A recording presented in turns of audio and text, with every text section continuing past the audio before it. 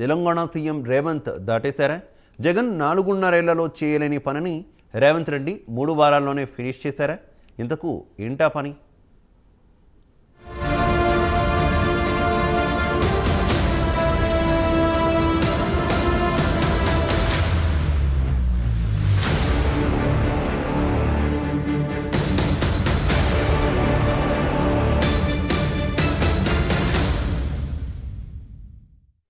AP CM Jaganmohan రెడ్డిని Telangana CM Revanth Reddy ఓ విషయంలో అధిగమించేశారు. అది కూడా 3 వారాల్లోనే ఆ పని పూర్తి చేసేశారు. ఇదేదో సంక్షేమ పథకాలు మేనిఫెస్టోకు సంబంధించిన విషయం. ఏపీ సీఎం జగన్మోహన్ రెడ్డి చేయకూడదని భావించే పనిని చాలా సునాయాసంగా పూర్తి చేసేశారు.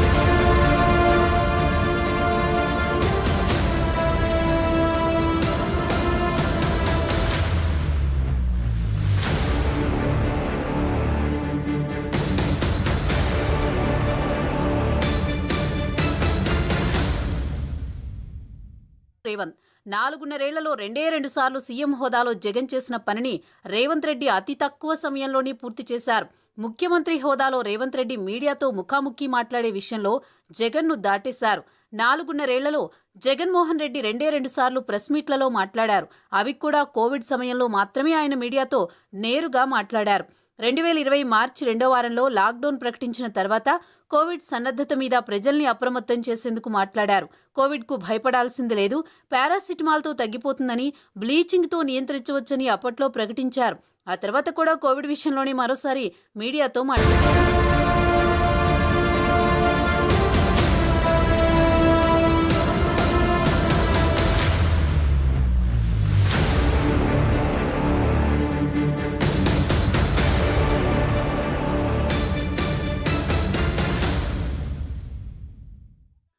అసెంబ్లీ సమావేశాలు, ప్రభుత్వ సంక్షేమ పథకాలకు నిధులు విడుదల చేయడం, తాడేపల్లిలో సమీక్షలు, నవరత్నాల్లో భాగంగా నిధుల విడుదల కార్యక్రమాలు, విపత్తుల సమయంలో క్షేత్రస్థాయి పర్యటనలో బహిరంగ వేదికల మీద మాత్రమే జగన్మోహన్ రెడ్డి మాట్లాడుతూ వస్తున్నారు.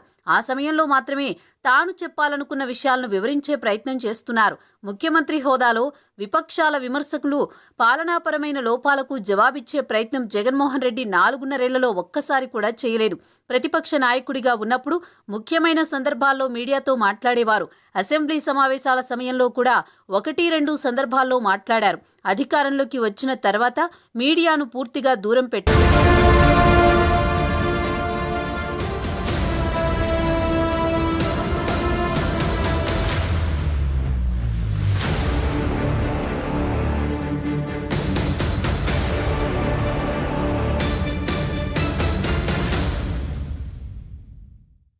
ముఖ్యమంత్రిగా బాధ్యతలు చేపట్టిన తర్వాత రేవంత్ రెడ్డి మీడియాను కలుపుకుని వెళ్లే ప్రయత్నం చేస్తున్నారు. తెలంగాణలో కాంగ్రెస్ పార్టీ గెలిచిన వెంటనే సచివాలయంలోకి మీడియాను అనుమతించాలని అధికారులను ఆదేశించారు. డిసెంబర్ 9న తొలిసారి మీడియా సమావేశాన్ని నిర్వహించారు.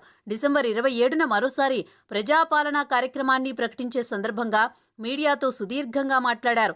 ఆ సమయంలో వారి నుంచి సూచనలు, సలహాలు స్వీకరించారు. తెలంగాణ అసెంబ్లీ ఎన్నికల్లో కాంగ్రెస్ పార్టీ విజయం సాధించిన తర్వాత ఢిల్లీ వెళ్లిన ప్రతి సందర్భంలో మీడియాకు అందుబాటులోకి వచ్చారు. పాత పరిచయాలతో అందరినీ పలకరించారు.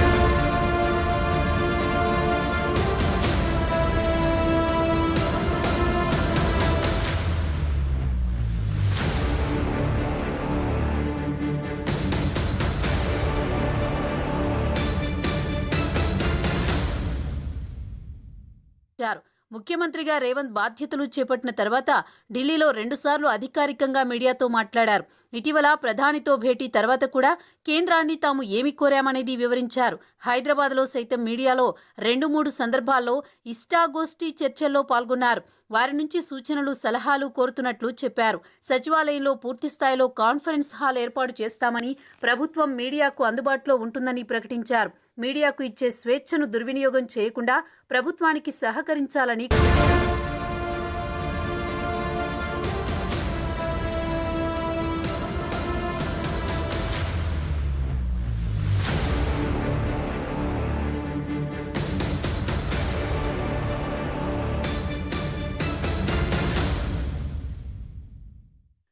ఏపీలో మాత్రం 4.5 ఏళ్లలో కనీసం ఒక్కసారి కూడా మీడియాతో మాట్లాడేందుకు సీఎం జగన్మోహన్ రెడ్డి సుముఖత వ్యక్తం చేయలేదు.